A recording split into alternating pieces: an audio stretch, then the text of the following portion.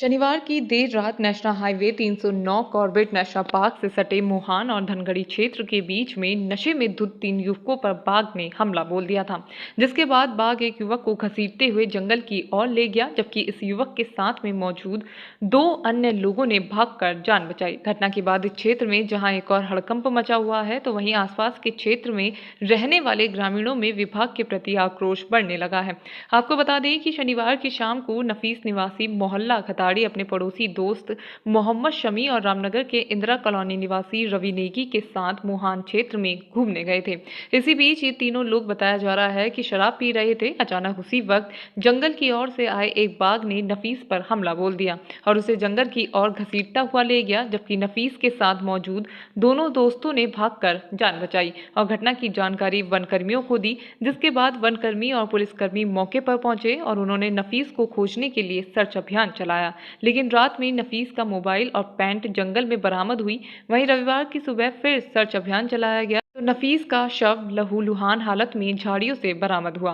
मृतक के भाई मुसल्लिम ने बताया कि जब आज सुबह उसके भाई का शव बरामद हुआ तो उस दौरान आसपास बाघ के दहाड़ने की आवाज भी आई, जिसके बाद हाथियों पर गश्त कर रहे वनकर्मियों द्वारा हवाई फायरिंग करते हुए मौके से टाइगर को खदेड़ा गया। आपको बता दें कि क्षेत्र में ये चौथी घटना है जिसमें टाइगर द्वारा 4 लोगों को अपना शिकार बनाया जा चुका है और कई लोग उसके हमले में घायल हो चुके हैं। हालांकि इस क्षेत्र में बाघ की लगातार गतिविधियों को लेकर सीटीआर प्रशासन द्वारा इस क्षेत्र में धारा 144 पूर्व में लगाई गई थी और वनकर्मियों की गश्त भी जारी थी। लेकिन बड़ा सवाल ये है कि क्षेत्र में धारा 144 लागू होने के साथ ही वनकर्मियों की लगातार गश्त करने वाले अधिकारियों के जहां एक और दांव की पोल खुल गई है, तो वहीं वनकर्मियों की गश्त पर भी कई सवाल खड़े हो गए हैं। यदि धारा 144 क्षेत्र में लगी थी और वनकर्मियों की गश्त जारी थी, तो 3 युवक जंगल में खुलेआम शराब कैसे पी रहे थे?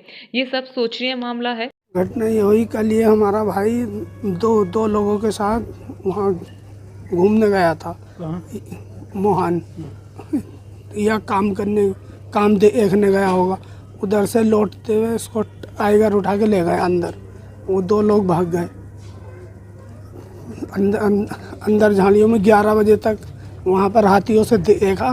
रात में एक छोटा सा मांस का पीस दिखाई दिया और पैंट मिली, मोबाइल मिला। तो हम लोग फिर सुबह पहुँचे 6:45 बजे। तो उधर से हाथी आए और कर्मचारी आए, उनके साथ हम भी अंदर घुसे जंगल में। तो पूरा जंगल छान मारा। फिर एक जगह टाइगर की कॉल हुई तो सब लोग उधर की तरफ भागे, तो फायर करके उसे भगाया। हाथियों ने चीखा। जब जाके अंदर देखा हमने तो घनी झाड़ियों में ये पड़ा हुआ था पीछे के हिस्से। फिलहाल इस मामले में वन प्रभाग के एसडीओ पूनम कैंथोला ने बताया कि मृतक के परिजनों को नियमानुसार मुआवजा देने की कार्रवाई की जाएगी। वहीं विभाग द्वारा मृतक युवक के दोनों दोस्तों के खिलाफ भी विभाग द्वारा विभिन्न धाराओं में अभियोग दर्ज कर उन्हें कोर्ट में पेश करने की कार्रवाई की जा रही है। एसडीओ पूनम कैंथोला ने बताया कि तीनों युवक पनोद नाले के पास सरयू की चोरी करने पहुंचे थे। वहीं मृतक युवक के शव को बरामद कर पोस्टमार्टम के लिए भेज दिया है, जबकि दोनों युवकों को जेल भेजने की कार्रवाई की जा रही है।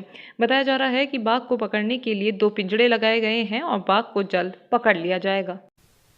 देखिए, कल शाम को हमें जिस तरह सूचना मिली कि रामनगर के पास पनोद नाले में एक लड़का जो है उसको गायब, मतलब वो वहाँ से डिसअपियर हुआ है और टाइगर ने शायद उसको अटैक किया है। तो दरअसल हुआ ये कि शाम को जब गश्ती टीम, जो वन विभाग की गश्ती टीम है, वो रूटीन पेट्रोलिंग अपनी कर रही थी, तो वहाँ पर 2 लड़के पाए गए जो कि नशा कर रहे थे। उन्होंने एक्सेप्ट भी किया कि हम वहाँ पे शराब पी रहे थे और उनको जब पकड़ के पूछताछ की गई तो उन्होंने बताया कि तीसरा शख्स भी उनके साथ था, जो कि अब वहाँ पर हमें नहीं मिला। तो इसीलिए फिर वन विभाग की टीम ने रात को सर्च अभियान चलाया। तो अंधेरा हो जाने के कारण रात को तो कुछ मिल नहीं पाया था, लेकिन मॉर्निंग में उसकी बॉडी वहाँ पे बरामद हुई है फॉरेस्ट के एरिया में। उनको देखिए, क्योंकि यहाँ पर अभी शाम के समय पर 2 पहिया और पैदल घूमना हमने बैन किया हुआ है। धारा 144 भी लागू है शाम के समय पर। तो क्योंकि ये उल्लंघन है, इसलिए उनको पुलिस की कस्टडी में हम हैंड ओवर कर रहे हैं, क्योंकि वो नशे की हालत में वहाँ पर पाए गए थे। और हमारे चीफ वाइल्ड लाइफ वार्डन भी अभी इसी एरिया में है, उन्होंने भी शाम को इंस्पेक्शन किया था एरिया का।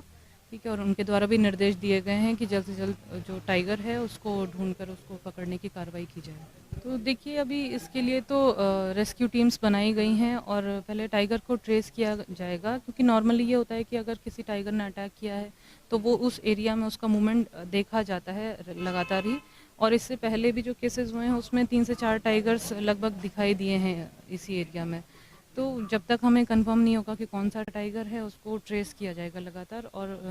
और टाइगर्स की भी ये एक पैटर्न होता है कि उनके जो स्ट्राइप पैटर्न है वो अलग अलग होते हैं, तो उस तरह से हम उसको लोकेट करने की कोशिश करेंगे।